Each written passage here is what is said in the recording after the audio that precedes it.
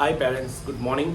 Myself Bipin Reshamwala and the purpose of making this video आपके बच्चे की school की एग्ज़ाम्स आ रही है.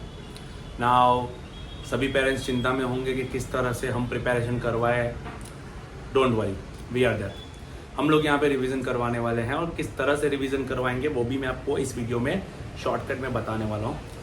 कल मैंने सारी पीडीएफ जो है परसों इनफैक्ट मैंने सारी पीडीएफ जो है वो भेज दी थी.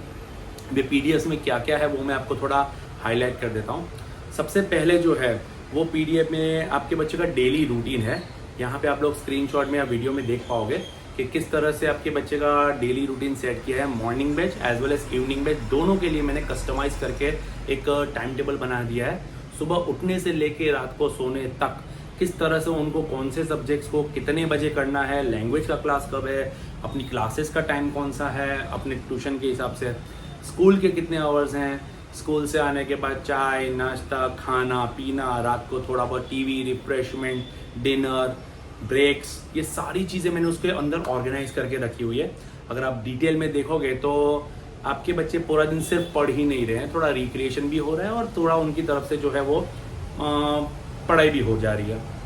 तो इसमें सबसे पहला चीज़ है, मेन जो थिंग इस डेली रूटीन से है वो उनका एक डिसिप्लिन तैयार करना.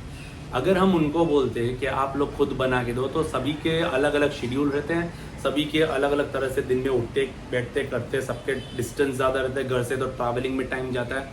तो इस तरह से तो हमने पूरा वो सोच समझ के पूरा एडजस्ट करके रूटीन एक टाइम टेबल दिन का बनाया है.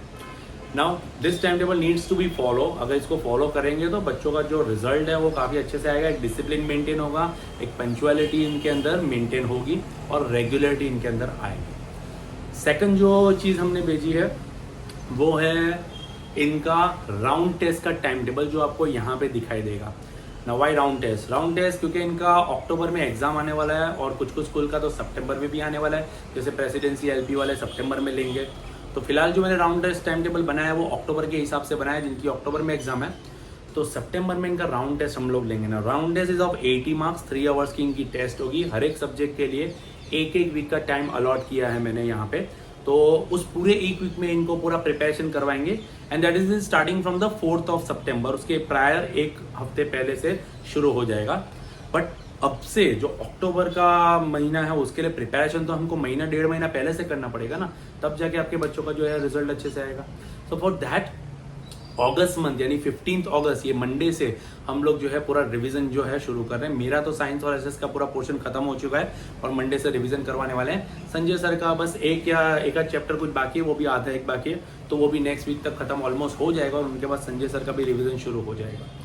So ultimately revision is must. अगर रिवीजन बच्चे करेंगे तो जो राउंड टेस्ट है उसमें अच्छे से परफॉर्म करेंगे और अल्टीमेटली राउंड टेस्ट में परफॉर्म अच्छे से करेंगे तो फिर इनका यूनिट टेस्ट में and as well as boards में जो है परफॉर्मेंस जो है वो बढ़ के अच्छे से आएगा. थर्ड थिंग जो मैंने भेजी है वो मेरे 2 सब्जेक्ट एसएस और साइंस के लिए मैंने भेजा है. तो यहाँ पे आप देखोगे पीडीएफ जो है वो एसएस और साइंस की पीडीएफ मैंने भेजी है यहाँ पे. अब इस पीडीएफ में 2 बार इनका रिविजन एकदम आराम से हो रहा है. ऐसा नहीं कि एक एक चैप्टर एक एक दिन में कर दो, नो. बहुत अच्छे से सोच समझ के, जहाँ साइंस का कोई लेंथी या हार्ड चैप्टर है तो एसएस का वहाँ पे इजी चैप्टर रखा हुआ है. अब जब आप डेली रूटीन वाले टाइम टेबल में देखोगे हर एक सब्जेक्ट के लिए मैंने 1 आवर 15 मिनट्स का टाइम अलॉट किया हुआ है. And this 1 hour 15 minutes is more than enough learning के लिए, क्योंकि बहुत सारे चैप्टर्स की तो ऑलरेडी इनकी प्रिपरेशन हो चुकी है वाया राउंड टेस्ट. फिर भी अगर जिन लोगों ने अभी तक कुछ नहीं किया है तो ये उनके लिए बेस्ट टाइम है. अभी से वो लोग अगर मेहनत करना शुरू करेंगे तो भी देर नहीं हुई है, बहुत अच्छे से इनका रिजल्ट अपग्रेड हो सकता है. सो अल्टीमेटली जो एसएस और साइंस की अगर मैं बात करूं तो पूरा दिन में कौन से चैप्टर्स कौन से दिन पे करने हैं वो सारी चीज़ें उस पीडीएफ में मैंने मेंशन की हुई है. आप ध्यान से देखोगे तो जो लेंथी चैप्टर्स हैं उनको एक ही दिन में नहीं, 2-3, इनफैक्ट कोई चैप्टर मेरे 4-4 दिन के लिए अलॉट किए गए हैं. तो बच्चों के ऊपर बर्डन नहीं आएगा. एक ही दिन में सब कुछ करके कोई फायदा नहीं है. तो आराम से बच्चे कर पाएंगे, इजी गोइंग मेथड में जो है वो कर पाएंगे. तो सबसे मेन बेनिफिट यही है इनका. अच्छे से धीरे धीरे सिस्टमेटिक परफॉर्मेंस अगर करेंगे, शांति से थोड़ा टॉपिक्स लेके करेंगे तो उनका हो जाएगा अच्छे से. और वही चीज़ मैंने डिस्ट्रीब्यूट की है इन एसएस और साइंस की जो पीडीएफ है उसके अंदर. चौथी जो पीडीएफ मैंने भेजी है वो है साइंस के टॉपिक्स. नाउ मंडे से हर एक बच्चों के लिए एक परफॉर्मेंस अरेंज किया हुआ है। यहाँ पे रोज के 5 से 6 टॉपिक्स को डिस्क्राइब किए जाएंगे। उनको ऑलरेडी टॉपिक्स दे दिए जाएंगे। उनके लिए मैंने उनको बोल दिया कि आपको ग्रुप बनाना है, और ग्रुप बनाने के बाद 4 से 5 बच्चों का ग्रुप होगा। वो लोग स्टेज पे आएंगे, स्टेज पे आके वो लोग अपना जो टॉपिक है उसको एक्सप्लेन करेंगे दूसरे बच्चों को।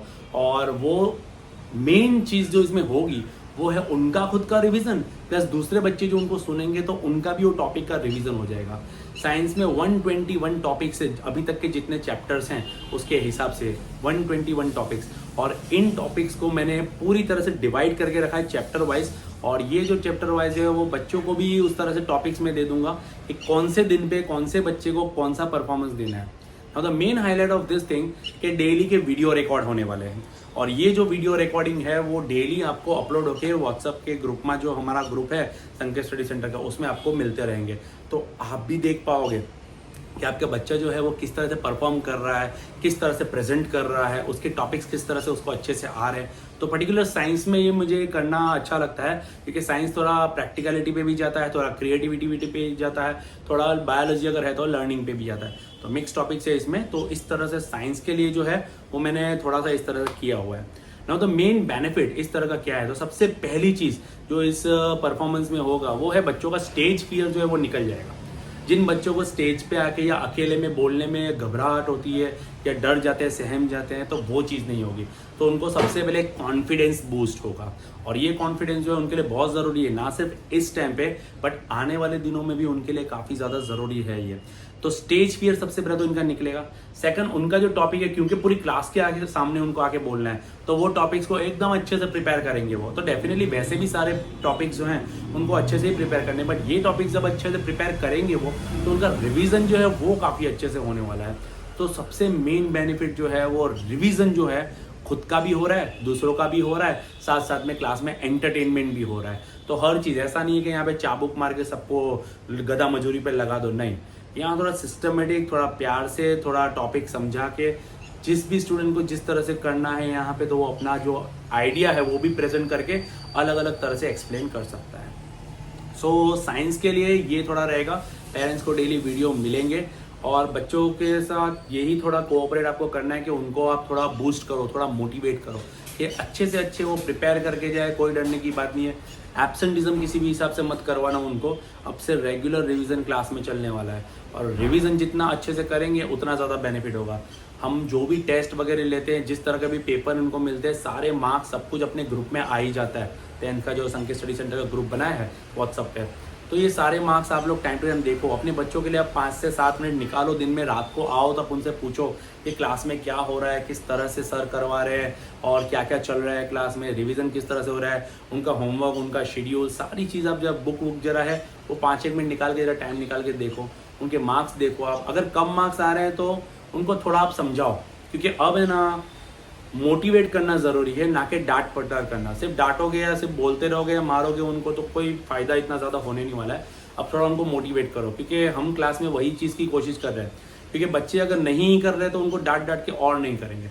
बेटर है उनको थोड़ा मोटिवेट करो, थोड़ा प्यार से समझाओ, तो डेफिनेटली उनका थोड़ा जो है वो बूस्टअप होने वाला है उसमें। और मैं गारंटी देता हूँ, अगर ये बच्चे इस रिवीजन टाइम को बहुत अच्छे से परफॉर्म करते हैं, हम पेपर्स प्रोवाइड करेंगे, पेपर प्रैक्टिस करेंगे, इनको जो जो टॉपिक्स हम दे रहे हैं वो टॉपिक्स अच्छे से करेंगे, होमवर्क अच्छे से करेंगे, शेड्यूल अच्छे से परफॉर्म करेंगे, तो डेफिनेटली इनका रिजल्ट बहुत अच्छा आने वाला है। तो ये चीज़ के लिए खास पेरेंट्स को रिक्वेस्ट है कि आप थोड़ा कोऑपरेट कीजिए, और बच्चों को आप हमेशा मोटिवेट करते रहे। उनको सिर्फ डांटना या ज़बरदस्ती से पढ़ने बिठा देना, ऐसा मत कीजिए।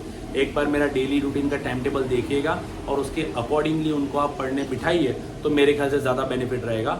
हाँ, अगर बच्चों ने खुद का एक टाइम टेबल बनाया है तो that is well and good. अगर वो बनाते हैं, खुद से उसको फॉलो करते हैं, तो वो बहुत अच्छी बात है। पर अगर नहीं किया है जिन लोगों ने अभी तक, तो दे कैन सीधा यहाँ पे मेरा जो टाइम टेबल है उसको फॉलो अप कर सकते हैं, और बहुत अच्छे से उनका भी ग्रोथ जो है वो होने वाला है। अपार्ट फ्रॉम दैट, ये जो रंग बिरंगी पीडीएफ्स मैंने भेजी है, तो इसका मेन बेनिफिट क्या है, आप इसका प्रिंट आउट निकलवाइए कलर, और जहाँ पे बच्चे पढ़ते हैं उनका रूम है या उनकी स्टडी डेस्क है, वहाँ पे ऊपर आप उसको चिपका दीजिए।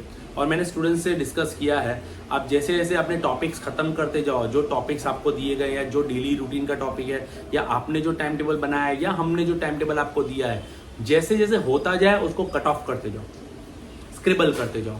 तो जो टॉपिक्स हुए हैं 2-3 दिन में तो पता नहीं चलेगा, बट 15-20 दिन बाद उनको जो है जब टॉपिक्स उनके एंड होते हुए यानी कि कंप्लीट होते हुए जब उनको दिखाई देंगे, एक बहुत ही अच्छा उनको एनर्जी बूस्ट मिलेगा और उनको लगेगा कि हाँ हमने प्रिपरेशन जो है वो अच्छे से कर ली है। तो सबसे मेन बेनिफिट ये होने वाला है उनका, उनके अंदर एक मोटिवेशन क्रिएट होगा, उनके अंदर एक रेगुलरिटी क्रिएट होगी, एक पंक्चुअलिटी क्रिएट होगी, जिसकी वजह से वो अभी ही नहीं आने वाले दिनों में भी जो है वो परफॉर्मेंस जो है वो देते रहेंगे और उनका रिजल्ट जो है जिसके लिए पेरेंट्स ने यहाँ हमारे इंस्टीट्यूट में रखा हुआ है उनको, तो वो उनको काफ़ी अच्छे से मिलेगा।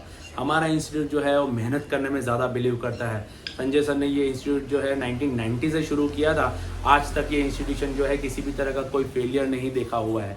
तो मेरी यही रिक्वेस्ट है पेरेंट्स से कि ये चीज़ को कंटिन्यूटी में आप लोग भी मेंटेन करवाएंगे, स्टूडेंट्स भी मेंटेन करेंगे और हम लोग हमारी तरफ से पूरी कोशिश कर ही रहे हैं।